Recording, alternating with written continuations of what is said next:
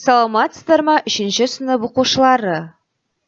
Математика сабағы 147-ші сабақ. Сабақтың тақырыбы 2-3 амалмен орындалатын есептер шығару. Саябақта демалу мәдениеті. Сабақтың мақсаты: 2-3 амалмен орындалатын есепті кесте, сызықтық, бағандық, диаграмма, сызба, қысқаша жазба түрінде модельдеу. Балалар, барлығымыз саябақта демалуға барамыз.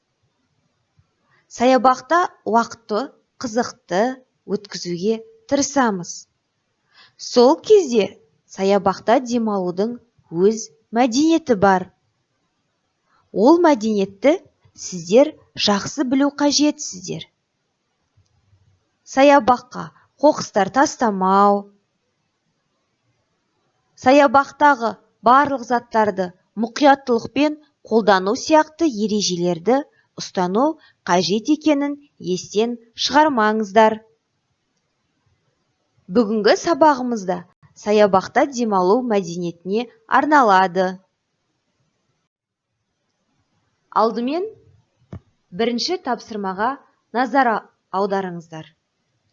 Балалар саябақта ақшаларына төмендегі заттарды сатып алған болса, оларға қанша теңгені қайтаратын еді?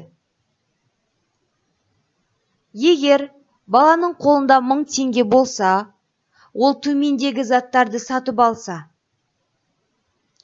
ол заттардың ақшасы, яғни бағасы белгілі.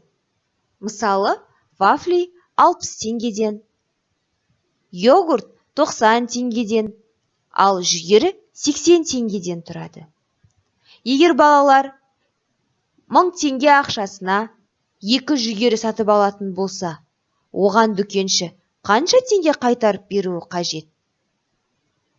Осы есепті мұқият шығарып, оқушылардың қанша теңге қайтарып алғанын анықтаңыздар. Егер де есепті дұрыс шығара алатын болсаңыздар, дүкенге барған кезде сіздер де өз ақшаларыңызды дұрыс қайтарып ала аласыздар. Келесі тапсырмада сіздерге суреттер және өрнектер берілген. Осы суреттерді пайдаланып, шешуі берілген өрнектері болатын сөз есеп құрастырамыз. Есептің шартын жазамыз, шешуін және жауабын анықтаймыз. Келесі тапсырма ойлан тап деп аталады.